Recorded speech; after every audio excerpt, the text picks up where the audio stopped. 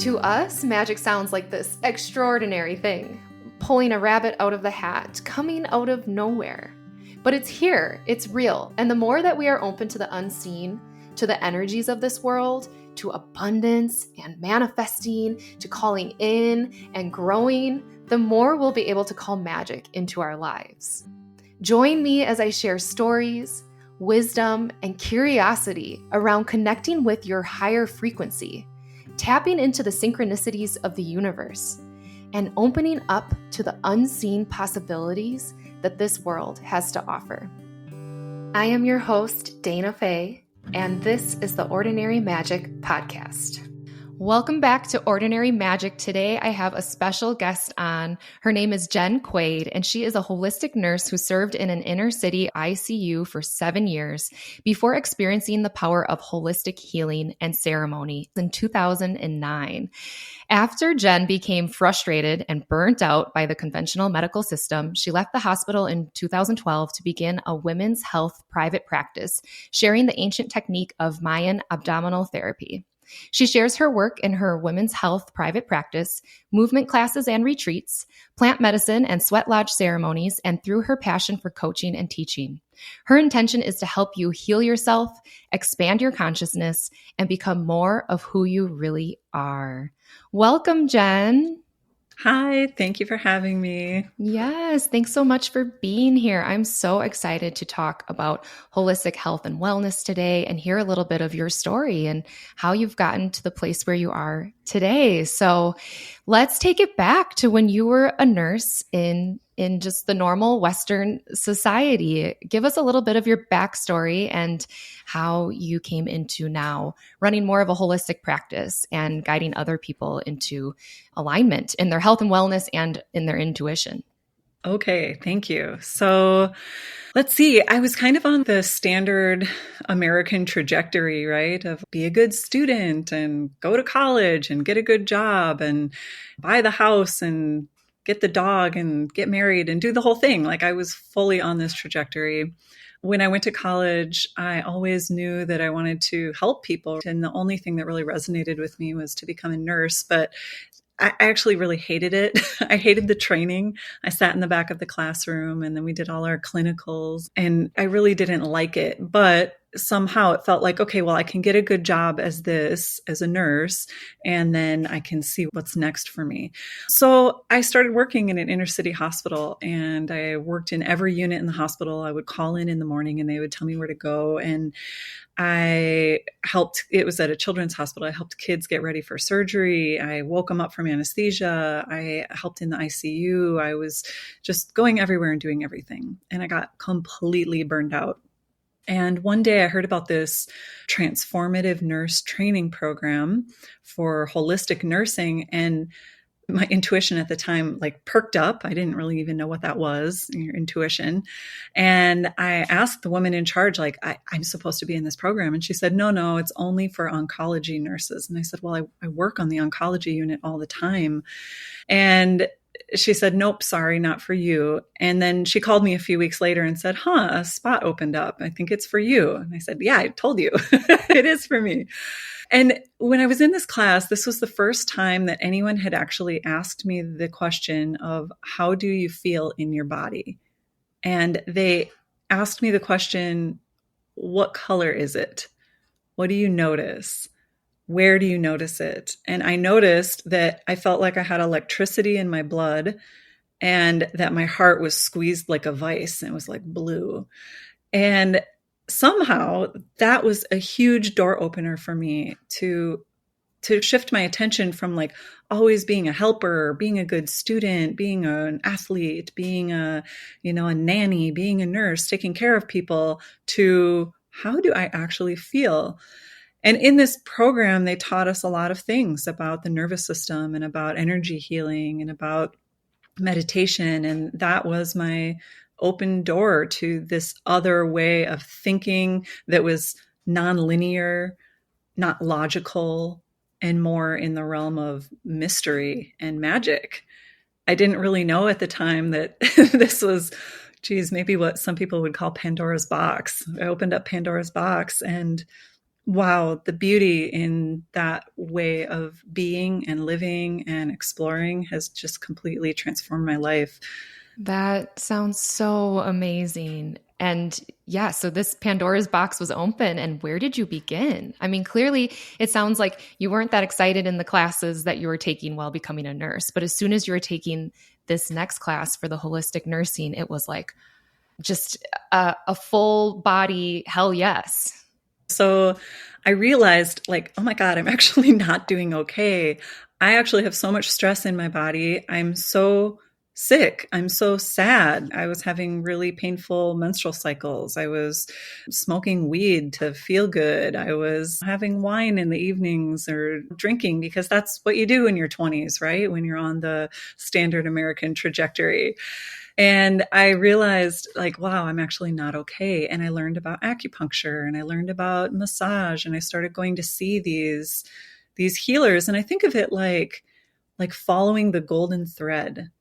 For me, that's what it felt like. I just had to keep following the thread and following the thread, and each step would take me to the next person or the next insight. And the most powerful thread that I followed was I found Mayan abdominal therapy. So this is a form of body work that originates in Belize through a Mayan lineage. This therapy was passed down for thousands of years through the hands of shamans and healers and midwives to me through Dr. Rosita Arvigo. And I found someone in Minneapolis to do this therapy. And I don't even know if anybody told me about it. I actually had just been to Mexico for the first time and visited Chichen Itza, these Mayan ruins. And somehow I came home and I had like the Mayans on the brain. Later, I learned from Rosita, when you're supposed to do this work, the Maya spirits will find you. And when she said that, I remembered back to when I was a child and I would make these like Native American dioramas about the ball court and the Mayans. And I was super into it. And then I went and visited these temples. And then all of a sudden, I found this work. And again, for the first time, the woman who was practicing this asked me questions that no one had ever asked me before. How's your relationship with your mom? What is your relationship to your womb? And I was a little bit like, what? Why does that have to do with anything? Little did I know it had to do with everything. And she did this massage on my body that was focused on my belly. And no one had ever massaged in my belly before. And I didn't think too much of it at the time. Like, it was different.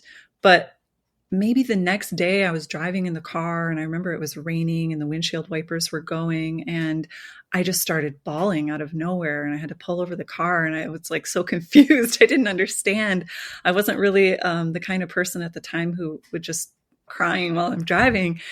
And I realized that that work was opening doorways inside of me to stuck emotions and stuck energy that I was holding on to in my solar plexus, in my belly, in my womb. And I realized the next time I went back to see this practitioner and I told her about it, like, I'm supposed to do this work. So in not too long, I got on a plane and flew down to Belize and started the training process of becoming a practitioner of this modality.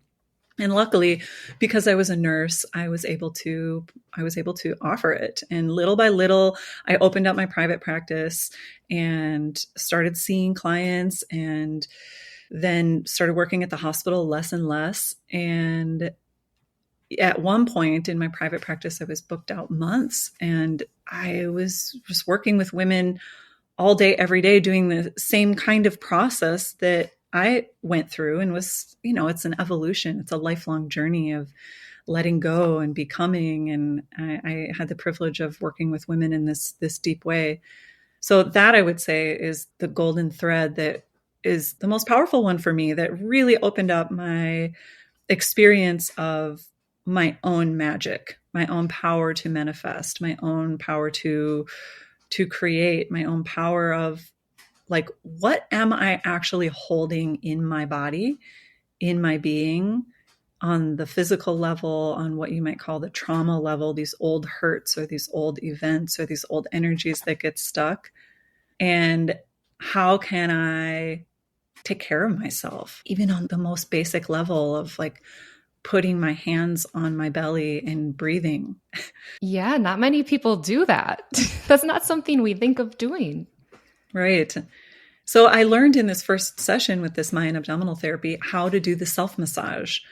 And this to this day feels like that in combination with basic meditation, that right there is the most powerful tool for transformation that I know. And for years during the biggest transformation of my life, every night I would do the self massage, which takes like 5 minutes. It's simple. It's not a big deal. And then I would set my phone alarm for 10 minutes and I would breathe.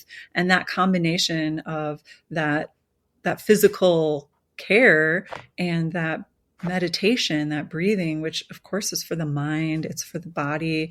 I learned how to tap into my own inner pharmacy inside myself, which, if someone had told me this 10 years before, like, oh, actually, you can medicate yourself with your own perfect pharmacy of chemicals inside your brain, and you can actually feel good in your body, I would have been like, what? That sounds crazy. It is something that I want every single woman on the planet to know how to do as a foundation. Tell us more about that, because I don't think it always is basic knowledge. That's not the first thing that we hear. And your story has so much magic in it. I mean, talk about really being on, like you said, the American trajectory of just go to college, do my job, drink some coffee, drink some wine, like kind of do that self-medicate. I've never heard the term your inner pharmacy. I really love that. Tell us more about how women can release these chemicals and really, really help themselves. I mean, you explained the abdominal massage and the meditation. Are those the first two steps? And then where would you go from there? Would you look at your diet? Oh my gosh, yeah. There's so many things. It's like a whole pie. On each slice of the pie is a different aspect of life. And okay, so if I go back to like, what is the most fundamental way to release these chemicals inside ourselves? The meditation, the soft belly breathing meditation, this has been my fastest way into these, what I might call an altered state of consciousness. So we have 4 different kinds of brainwave states. We have our beta brainwave state, which is you and I are in beta right now. We're talking, we're logical, we're in just kind of like ordinary reality. And then there's the alpha theta range, which is a little bit slower brainwave state. And that is in more dreamy, it's more meditative. I think of it as being almost like that doorway into the subconscious. So I studied hypnosis and consciousness for years. And it's my understanding that, like, man, what do they say? We have the same 70,000 thoughts every single day. That sounds exhausting. Like 99% of what we think and what we do in our lives is on repeat based on the programming in our subconscious. It's kind of like, the program in your computer. It does the things the way it does. And then we actually can access that doorway into the subconscious through those alpha theta brainwave states to go in and shift things. So then the 4th brainwave state is delta. I think there are some more that these brainwave scientists are finding, but delta is sleeping. And that's a little bit like below consciousness. And there's a lot of subconscious processing that happens in dream state. As we know, there's a lot of wisdom that can come through dreams. There's a lot of emotional processing that can happen in dreams. But we can, during our waking life, go into these non-ordinary states of consciousness, these meditative states. And for me, the easiest way there is through the focus on the breath. And this is actually have a YouTube video out about this. It's about soft belly breathing. And if someone, I say this in my video too, but if someone would have told me, like when I was a nurse working at the hospital, feeling stressed and running around and the call lights are beeping and like I can't do as much as I'm supposed to do that day. If someone would have looked at me and said, Jen, just take a deep breath, I probably would have given him the middle finger. Yes. It's like, F you. That's not going to help me, right? But I worked with this hypnotherapist and he looked at me in our first meeting and he said, Jen, I've been watching you for 45 minutes and I've noticed that you don't breathe. The first thing I'm going to do is teach you how to breathe. So he taught it to me in this way that I'm going to teach it to you today, which is we have our diaphragm. And you can put one hand on your chest and one hand on your belly. If you're driving, keep your hands on the wheel. And notice which hand moves more when you breathe, your upper hand or your lower hand. What about you, Dayna? I feel like my first breath, my shoulders went up, which I know is not correct. I mean, correct or incorrect, it's like that's how your body's breathing. And so that's what it is. Yeah, that's what it is. So what I learned is when I make my lower hand move, when I breathe down into my diaphragm, it actually sends a message from the nerves in the diaphragm up to the brain. And it says, oh, you're safe.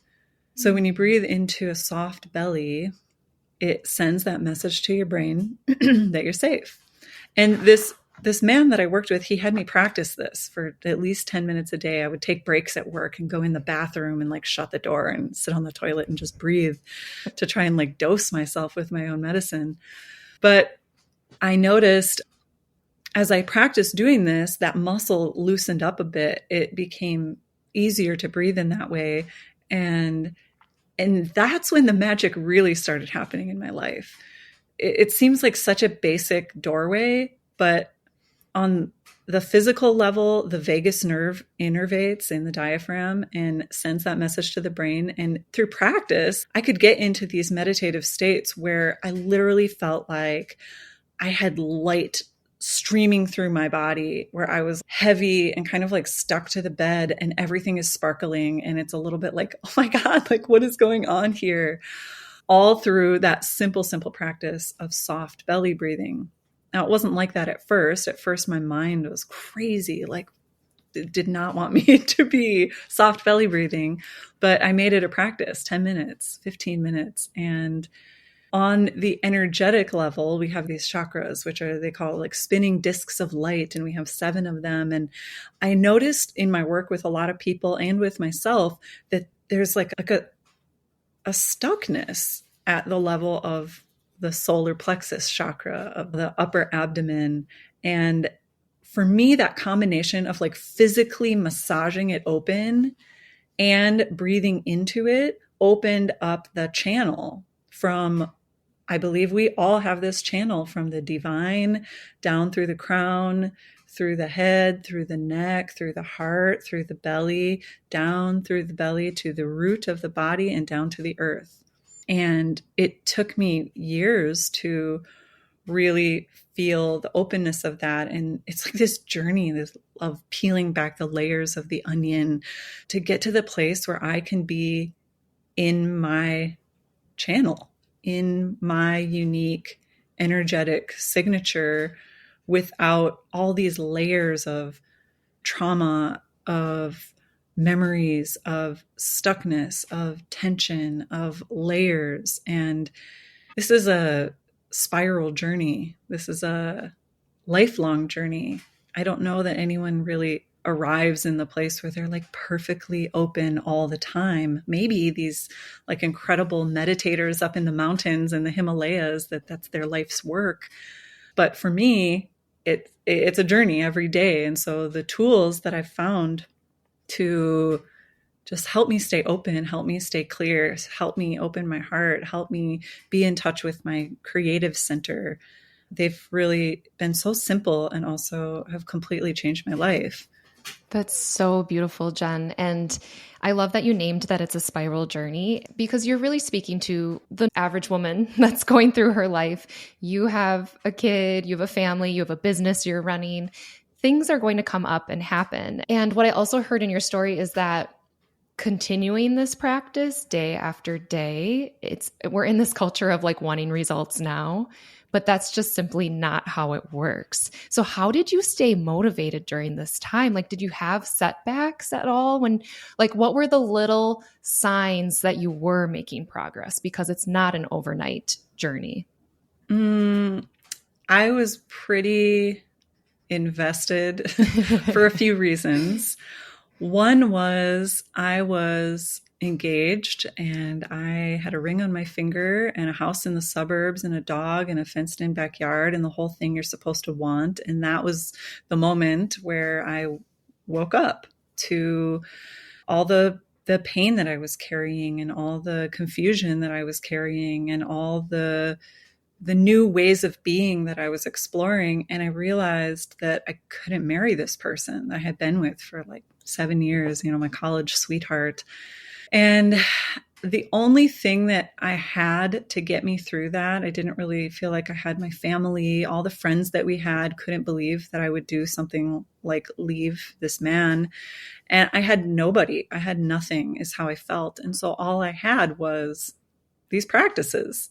All I had was myself and my breath and my prayer. I didn't even know at the time that it was a prayer, but this like really deep prayer of like figuring out who I really am and what kind of partner I was really supposed to have, if not this like beautiful person that I was with. It just didn't feel right. So how did I stay motivated? Because I started feeling better. It's like I cracked the door open just enough that I could feel in my body all these new ways of feeling and new ways of being. And I got help. I was working with like energy healers at the time, and I learned like, wow, psychics. Like, so I don't know, I probably had a psychic or two. I learned about my astrology. And the more I opened up to this, what you might call ordinary magic, these different ways of being, these non-ordinary states of consciousness, I started meeting new people. Like, okay, one story that might sound kind of silly is I found the Minnesota Holistic Nurses Association. Like that was my anchor, is my career as a nurse. And like, okay, there's a Holistic Nursing Association. So I went to one of their meetings and there was this woman talking about soul friends. And she had this process of like, how do you call in your soul friends? And I remember on my way home that day, again, I'm driving in my car and I made this prayer. I'm like, okay, like I really need my people. I really need my soul friends. So if you're out there feeling really alone, try this. It might really work. And I kid you not, I was on my way to, I don't know, the suburbs. I went to a Barnes and Noble to get magazines for a vision board or something. Like I was doing all the things to transform my life. And this young woman, probably my age, she was kind of staring at me. And I looked over at her and I was just like, hi. And she eventually came up to me and she basically told me that she wanted to know what I was up to and she wanted to be my friend. And I was a little bit like, what? How can that be? Like, I literally just made a prayer for a friend and here someone came. So I started to feel my magnetism. The same kind of things started happening around my understanding of mind-body medicine. The science behind it is like psychoneuroimmunology, but consciousness and the brain. And all of a sudden, I started receiving mailings in my mailbox. This was back in like 2009, before it was like social media and all that. And I started receiving these like continuing education things for mind-body medicine. Maybe the internet did it, maybe whatever. But I felt like that was magic. All these little people and pieces that started coming into my life because I was changing in the inside. That was the motivation. That was the confirmation. Like, you're on the right track. It's working. And I basically let my body be my guide. And I realized like what an empath I am, how intuitive I am. A lot of that was hidden underneath these layers of trying to fit into society and just do the work and struggle and keep going. And so I didn't really need external motivation so much because I had it inside myself. I made this prayer too. And again, I didn't think of it as a prayer, but like, show me the way in a way that I can understand. That's show beautiful. me the way in a way that I can feel in my own body. Like, please help me find my way. And those messages just started coming. It's like this is kind of a funny story. So recently, my daughter was going through a lot of immune system stuff. There was mold in the house she was born in. I had to have IV antibiotics for this procedure, which never in my life have I had a surgery or antibiotics. And it went through my milk and damaged her gut. And I basically we've spent the last 4 years trying to repair her gut and her skin and her immune system. And like, that's a whole nother podcast. But I was on the phone with this like magical psychic therapist of mine. And she said, Jen, you are being called to walk on water. Like, you're being called to go beyond what is reasonable, to go beyond what is logical, to be able to help your daughter, but also for your own soul journey. And I was in the car telling my husband this story, and literally we went past a billboard and the billboard said, walk on water. Shut up. That's amazing. And I was like, you have to turn around. You have to stop the car. He's like, what? And we drove on a little bit and there was another billboard that said, walk on water. And so for me, there's these little signs. They're little signs. They're big signs that there's something is ringing true. The inner world and the outer world are so connected. It reminds me of that saying of, if you change your inner world, then your outer world will reflect that. Something along those lines. For sure. For sure. I go back to this memory of when I was seeing lots of like energy healers and therapists, and none of it was covered by insurance. And that was crazy to me. Like, I didn't have a lot of extra money, but I could feel the benefit of receiving this kind of care. I'm sure people in my life thought that I was going crazy. And I did feel like I was going crazy sometimes. And these people helped me feel sane in this, what I would call now the awakening process. So I learned how to meditate. I learned how to breathe into my belly. And this woman who I had been seeing for energy healing, I came in one day and she was like, oh my God, what have you been doing? And I was like, what do you mean? And she said, what have you been doing? And I said, well, I've been meditating every day. And she said, your energy field is completely different. It's like you had zero access to your feminine energy before, and now it's just like pouring out of you. And that was kind of my beginning of learning about how to navigate my energy body, right? So our culture is really grounded and run by what we might call masculine energy. And masculine energy is like our outgoing energy. It's more logical, linear, directive. And the feminine energy is more like the energy of receiving. It's the energy of creativity versus forging forward. And I had never really been in touch with that part of myself. And I guess this just goes back to this idea that when we change our inner world, the outer world changes. I am quickly interrupting this episode to tell you about my human design offerings. Are you wanting to learn more about what your human design is all about? I am able to help you apply it to your life and start living your design today. I offer a human design audio guide, which is a great entry level into your human design. We go over the most important layers, which are your energy type, strategy, authority, your biggest gift in this world, your profile, and your life theme. I also offer a full 90-minute human design reading over Zoom, and that includes a very robust document that you get to take home as well.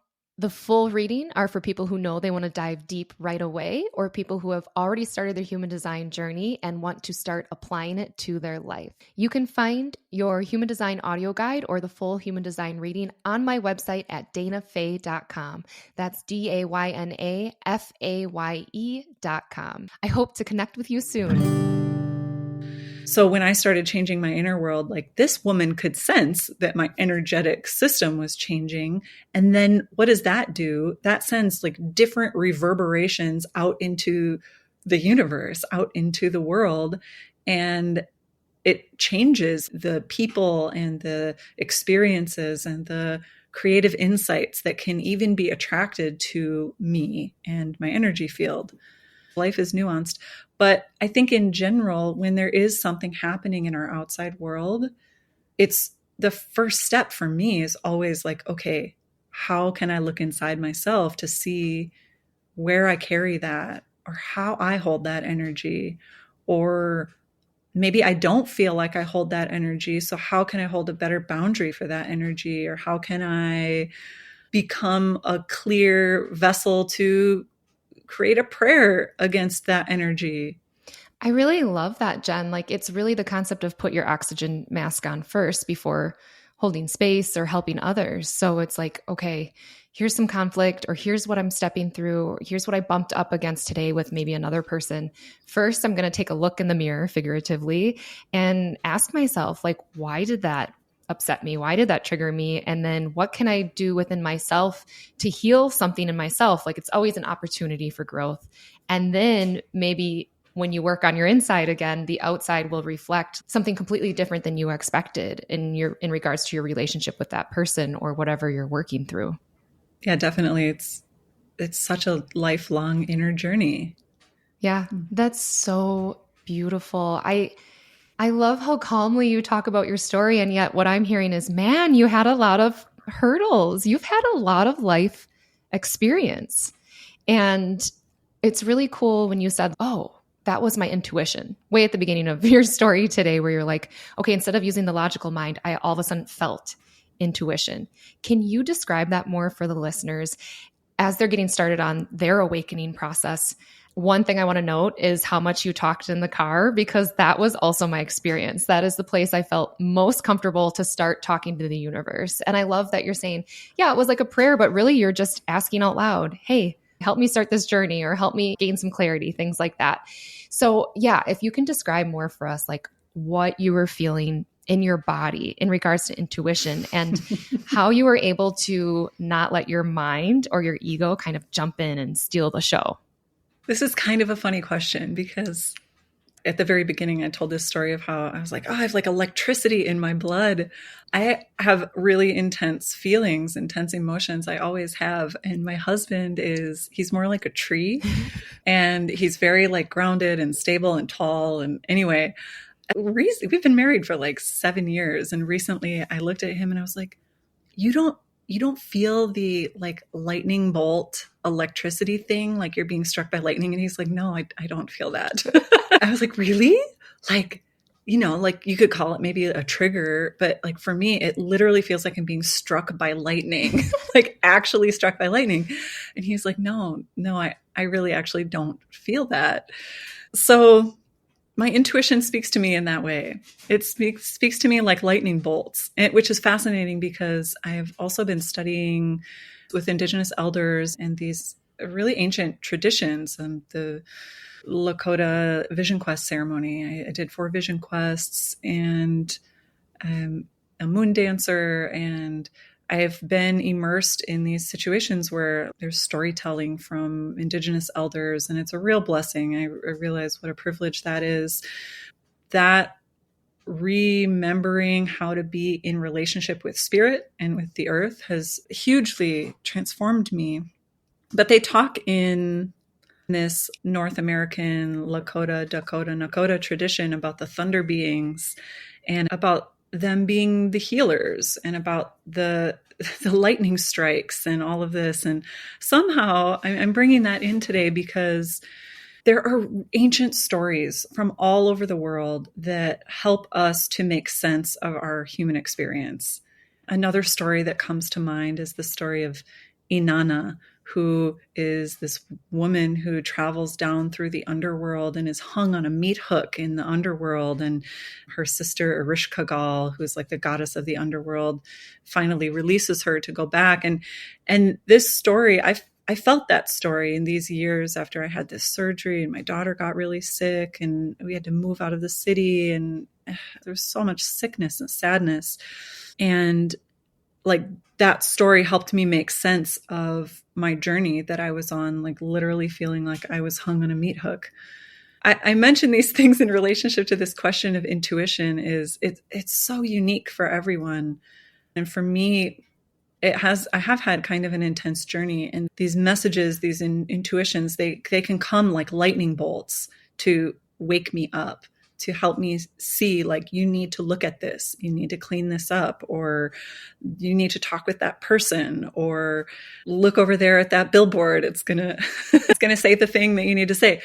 But we all have a unique way of intuiting the world that is beyond the logical mind. And for some people, it is really through the body. For some people, it is intense. For some people, it is super gentle. For some people, like I have a friend who channels music, like she can hear the songs. I have friends and people in my life who can see auras. They can see beings in the room. They can talk with spirits. There are people who get very clear messages in their dreams. And I think the common thread of all of these different types of intuition is that we have to listen, whether it's listening with our ears for those songs or those inspirations, those insights, or listening with our eyes or listening with our bodies. It requires at least a moment of tuning our attention from the outside world to what's happening in here. And for me, it does feel like lightning bolts. And it also, there's a voice. I call it the voice. I'll tell my husband, like, oh, the voice told me to do this thing. And I don't think much of it anymore because it's just kind of common. How do I know that that's different than the logical mind? Sometimes when I get these, what I might call like an intuitive prompting to do something, to reach out to someone, it's kind of nagging in a way. Where it's, it's almost like a mosquito buzzing around my ear. And I'm like, what? Okay. All right. Okay. And then I'll do it. And it makes sense that I was supposed to do that thing or call that person or whatever. And I personally, I carry a lot of self-doubt. I'm always working with confidence, and I'm working with my, how do I live my mission? How do I walk my purpose? What is that? How do I have the courage to navigate all these different layers and all the things that feel in the way of me being my best self and becoming who I really am? But there's a guidance that we all have. And when we can listen, whether that's through meditation or through being conscious to tune in with the body, I teach a movement practice called Koya, Qoya. And Koya is based on the idea that through movement, we remember we are wise, wild, and free. And I love this movement practice because it's all about tuning in with the sensations of the body. It's about moving energy, and it's about connecting with others and sharing your truth. And it's really beautiful practice for these women's circles and retreats that I run. But this kind of practice of like movement and music and listening to myself has opened that doorway to my intuition in a way that has made it feel just like part of my everyday life and accessible and what I'm moving from versus this logical idea of what I should do. Wow, I've learned so much from you today in regards to really being back in your body. That's the common thread through all of this is no matter what practice you're doing, seeking other energy practitioners or doing your belly breathing, your meditation, your Koya, driving in the car and talking out loud, like all of that is getting yourself out of the mind and back into your body. And I really love that you named the fact that everybody's intuition feels different. And I ask probably every single one of my guests, what does your intuition feel like? Because I agree. I think it is different for every person. And it's really cool and magical that like, it's almost like a lot of these kind of sci-fi Netflix shows that everybody loves to watch, someone finding out they have magical powers and it's different than the person next to them. Someone can blow fire out of their hands and the next person does ice, like whatever this mystical thing is like actually pretty real here on Earth. And your story makes me feel like it's so worth the dedication and just the consistent practice. And also that it's sometimes maybe we make it way harder than it needs to be, because what you shared are some very simple practices. And if you just do them, things will unfold and unravel from there. I'm actually in the process right now of creating an online course to teach these really simple, accessible tools to women. And I wish that I would have had a class like this 15 years ago to help women navigate the nervous system, to help them learn these basic tools for the inner pharmacy, for the self-care, for the body. And so many women right now are in pain. We have hormone imbalances due to our modern diet, due to all the chemicals in our food and water. We are navigating a lifestyle that is not natural for a woman's body. And so many factors. And so it shows up for different women in different ways, whether it's like painful periods or fibroids or migraines or any number, endometriosis, any kinds of things. I feel there are some really foundational tools that address so many of these common ailments or disharmonies. So then how can women learn these tools and come home to themselves and start to kind of go on a journey similar to mine, but of course unique to each woman? So I'm in the process of creating that right now. And it feels important. I've heard this quote that might have been from the Dalai Lama years ago. So it will be Western women who change the world. And somehow I heard that and it spoke to me because I've always carried this feeling inside myself, like I have a mission. Like, what is my mission? What am I supposed to do? How can I help change the world? And first, I have to help myself, right? To clear what we might call trauma, the fight, the flight, the fear, the freeze, the fawn, so that we can be who we really are. And we each are here with a gift. We're each here with a mission, and that mission might look like meditating in the mountains. And for other people, it might look like really extroverted activism. And so it's up to us to listen to that intuition, which some call the voice of the soul. Each have something to bring to the table. And that might just be being. That might not have to do with doing anything, but it's up to each of us to find what that is in ourselves. And I believe the more of us who wake up to that truth of who we really are and what we're here for, the more we can change the world. Beautiful. And we're privileged as Western women. We're privileged to be able to listen to podcasts and to be able to share our voices. And we're not always going to do it right. You know, what is right and wrong, but we can do the best we can and keep moving forward and keep learning and growing and be able to take that, you know, being able to do these things and do something good with it, which is the journey you're on, is the journey that many people are on. And more people are going to be waking up to that over these next few years even. And it's such a beautiful thing to be able to have you on the podcast today to share your wisdom for somebody who may be listening this year or listening 2 years from now when they're meant to find that episode, when they're at that place in their journey where they're ready to go, ooh, I think I should try abdominal massage. I think this might be really helpful.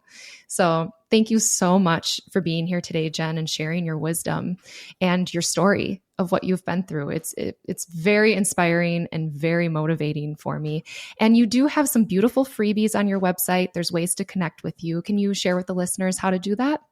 You can go to my website. It's www.jenquade.com. And if you /free, there's some freebies, including some of my favorite ancestral diet foods. I really think like it's so important that we nourish our bodies.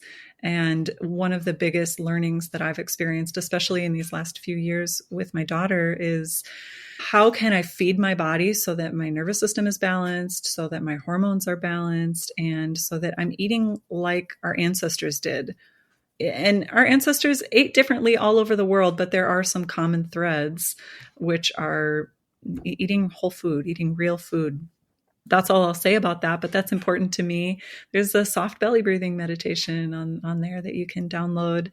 And I'm currently creating Self-Care Secrets, a women's holistic health self-care secrets guidebook, an ebook, a guide to describe a lot of these things that felt like secrets. Like I had to follow that golden thread and uncover these pieces little by little. These are things that nobody taught me, but perhaps generations ago or hundreds of years ago, all women learned how to take care of their bodies and how to be in tune with their cycles and how to be in tune with their spirits. And so I just am creating this to share some of these pieces that have really transformed my life and my relationship with myself as a woman.